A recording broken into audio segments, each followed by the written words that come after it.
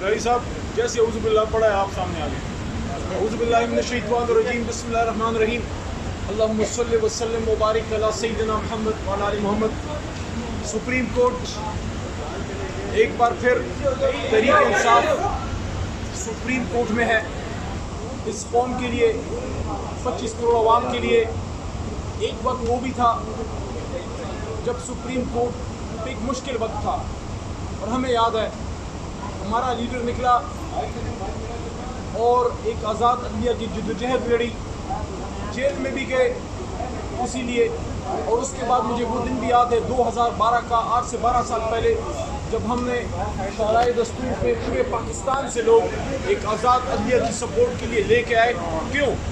इसलिए कि हमें ये पता है कि पाकिस्तान के अवाम की बका और इस मुल्क की बका और सलामती की ज़मानत एक आज़ाद अदलिया है। इसलिए हम आज सुप्रीम कोर्ट में एक बार फिर हैं इस तवक्को और इस उम्मीद के साथ कि जो हमारे साथ जुल्म हुआ है पिछले बहुत सारे अरसे से, ये सिर्फ एक साल की बात नहीं, एक तवील जद्दोजहद की बात है। तहरीक इंसाफ क्या है? तहरीक इंसाफ क्या है? यहाँ सियासी जमातें तो थी, तहरीक इंसाफ क्यों बनी? सियासी जमातें तो थी, तहरीक की ज़रूरत क्यों आई?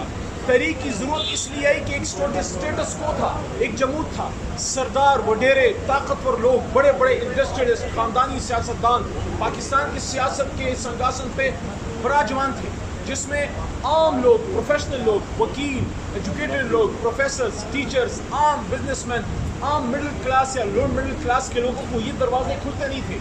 हम जैसे मिडिल क्लास का आदमी वकील बन सकता था, CSS कर सकता था, आर्मी में जा सकता था, हर जगह जा सकता है।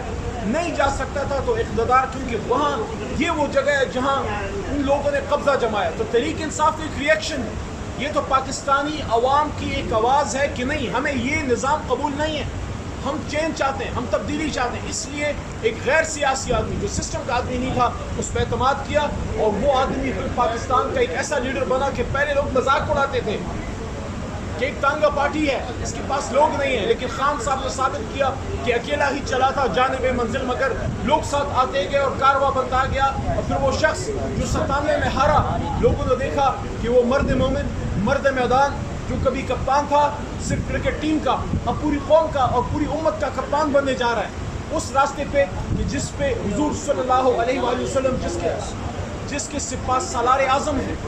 और इमरान खान ने हमेशा ये बात की कि अगर आप तरक्की चाहते हैं, अगर आप सही मानों में अपना उरूज चाहते हैं, तो आपको हुजूर सल्लल्लाहु अलैहि वसल्लम के नक्श कदम पे जाना होगा। तो 97 में हारा हुआ शख्स एक वक्त ऐसा आया कि मुल्क का वज़ीर आज़म बना, उस बिल्डिंग में बैठा, कश्मीर में हमारा वज़ीर आज़म, गिलगित बल्तिस्तान में हमारा वज़ीर आला, खैबर पख्तूनख्वा में हमारा वज़ीर आला, पंजाब में हमारा वज़ीर आला, सदर तहरीक इंसाफ का, और सिंध में अपोजिशन लीडर भी हमारा, बलोचिस्तान में वज़ीर आला हमारा, हमारी हुकूमत। क्यों किया गया? क्यों किया गया इस अवामी तहरीक के साथ? ये क्यों किया गया? ये तो अवाम पाकिस्तान ने अपने बचाव के लिए तहरीक इंसाफ के इस आंगन में पनाह ली थी। आपने जो 9 अप्रैल की रात हमारे साथ किया, ये हमारे साथ नहीं था। मैं अगर अकेला उधर खड़ा था, मैं इसलिए नहीं खड़ा था कि मैंने कोई पॉइंट प्रूव करना था, मैं इसलिए खड़ा था कि उस 25 करोड़ का नुमाइंदा इमरान खान डायरी लेके जब वो घर गए हैं तो इमरान खान का मौक़िफ़ उस ऐवान में आना चाहिए। क्यों पाकिस्तान की एक जनरल पॉलिटिकल मूवमेंट को अमरीकी ईमा पे फारिग किया गया?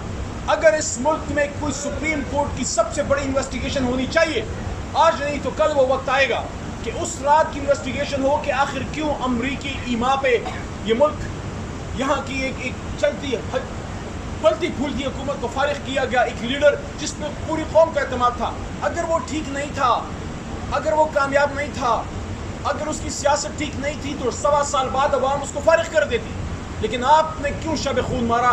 मैं ये समझता हूँ कि वो तो हमेशा ही पाकिस्तान के खिलाफ करते रहे, यहाँ जिन लोगों ने ये कंधा दिया आज अपने आप को जमहूरियत के चैंपियन कहते हैं। इसलिए हम ये कहते हैं कि इस मुतली तमाशे को बंद करें। आज यहाँ ये केस चल रहा है कि क्या हमें हमारी रिजर्व सीट्स मिलनी चाहिए कि नहीं। मेरा तो मुकदमा दूसरा है, रिजर्व सीट्स तो हैं ही हमारी रिजर्व सीट्स आप किसी और को कैसे दे सकते हैं? कैसे दे सकते हैं? ये मेरे बदन पे मेरा कोट है, या ये मेरा है या ये किसी का नहीं है। ये कैसे हो सकता है कि आप मेरी चीज़ किसी और को दे दें? आप ये फैसला करें कि मुझे मिलेगा या नहीं मिलेगा, किसी और को कैसे? लेकिन असल तो मुकदमा ये है کہ الیکشن سے پہلے پاکستان کی عوام کے چہرے سے ان کے چہرے سے وہ روشنی کھینچ لی گئی جب آپ نے ایک سب سے بڑی جماعت سے اس کا انتخابی نشان چھینا. مت بولیے کہ اس سے کچھ عرصہ پہلے آپ نے اس جماعت کو توڑا.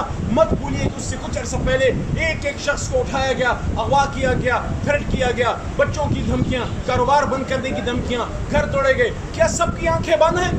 کیا یہ نظر نہیں آتا کہ پچھلے سال سوا سال میں تحریک انصاف کے ساتھ کیا ہوا؟ کیا پاکستانی عوام کی ان کی خواہش کی کوئی حیثیت نہیں ہے؟ اس کا تو پھر مطلب یہ ہے کہ پاکستان میں مقبولیت معنی نہیں رکھتی. خدا نخواستہ قبولیت اہم چیز ہے.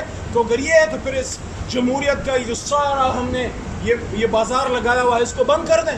پھر بند کر دیں. اگر عوام کی مرضی سے آپ نے حکومتیں نہیں بنانی اور عوام کی مرضی کو اس ملک پہ لاگو نہیں کرنا تو پھر یہ 50-40 ارب روپے کے الیکشن کے یہ نقصانات کیوں کر رہے ہیں؟ یہ کیوں خرچے کر رہے ہیں؟ آج الیکشن کمیشن سے یہ سوال کرنے میں ہم حق بجانب ہیں کہ آپ نے تحریک انصاف سے اس کا جب انتخابی نشان چھینا, آپ نے اس ملک کے عوام سے ان کا بنیادی حق چھینا. اس لیے ہم آج سپریم کورٹ میں ہیں. ہم توقع رکھتے ہیں کہ ہم سے انصاف ہوگا, ہمیں ہمارا حق ملے گا. عمران خان صاحب نے جو سب سے بڑا کام ہے وہ کر گیا ہے. وہ اس قوم کا اس کی آنکھیں کھول گیا ہے. جو پردے پڑے ہوئے تھے سب کچھ صاف سامنے نظر آ رہا ہے. اب جیلی نعروں دعووں سے بات نہیں بنے گی. اب عملی کام کرنا پڑے گا. یہ قوم اس ملک کو بہتر کرنا چاہتی ہے, لیکن جب آپ اس لیڈر کو اندر کر دیں جس کے لیے قوم کھڑی ہے تو پھر آپ بناوٹی لیڈرشپ سے آپ تاریخ اٹھا کے دیکھ لیں. سن 47 سے آج تک جب بھی آپ نے ڈرائنگ روم میں لیڈر بنایا وہ کچھ نہیں کر سکا. وہ پاکستان کو ڈبو گیا, کبھی توڑوا گیا, کبھی کچھ کر گیا, کبھی کچھ کر گیا. ہاں, وہ لیڈر جو پاکستان کے کھیت کھلیانوں میں غریبوں کے ان کے ڈیروں سے, تھڑے سے, نائی کی دکان سے, ایک چائے کے ہوٹل سے, وہاں سے جو رائے بنتی ہے اور وہاں سے پھر جس آدمی کے لیے عوام بسم اللہ پڑھتے ہیں اس پہ اللہ کی برکت آتی ہے. اس لیے ہم کہتے ہیں عمران خان صاحب کو اڈیالہ سے نکالیے, اسیران کو نکالیے. یہ جو بچیاں آپ نے جیل میں ڈالی ہوئی ہیں اس قوم کی بیٹیاں ہیں, وہ ماں ہماری ماں ہے ڈاکٹر یاسمین. آپ اعجاز چودھری کو نکالیے, پرانا سیاسی ورکر ہے.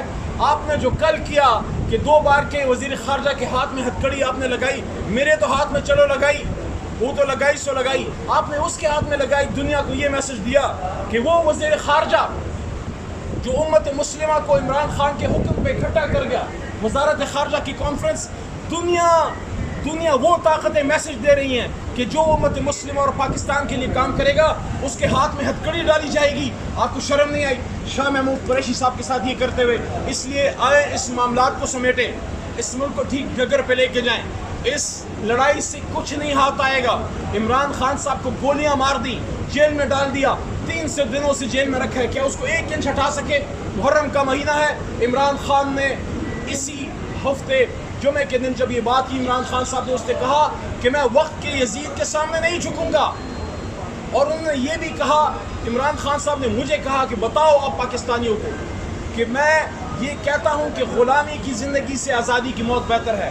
تو اس لیے ملک کو ٹھیک کرنا چاہتے ہو, سب سے پہلے اپنی سوچ کو ٹھیک کرو. ملک کو ٹھیک کرنا چاہتے ہو نا, سوچ کو ٹھیک کرو. عمران خان صاحب کو باہر لے کے آؤ, ہمیں ہمارا مینڈیٹ واپس دو, پھر دیکھو یہ قوم کیسے آگے جاتی ہے. پیچھے کروڑوں لوگوں کی دعائیں ہوں گی. اور مجھے جو سب سے بڑی فکر ہے وہ یہ ہے کہ میری اس زندگی میں جو اب ہاف صدی کے قریب ہونے والی ہے, میں نے کبھی عوام میں اور پاکستان کے اداروں کے بیچ میں اتنا فاصلہ نہیں دیکھا. اس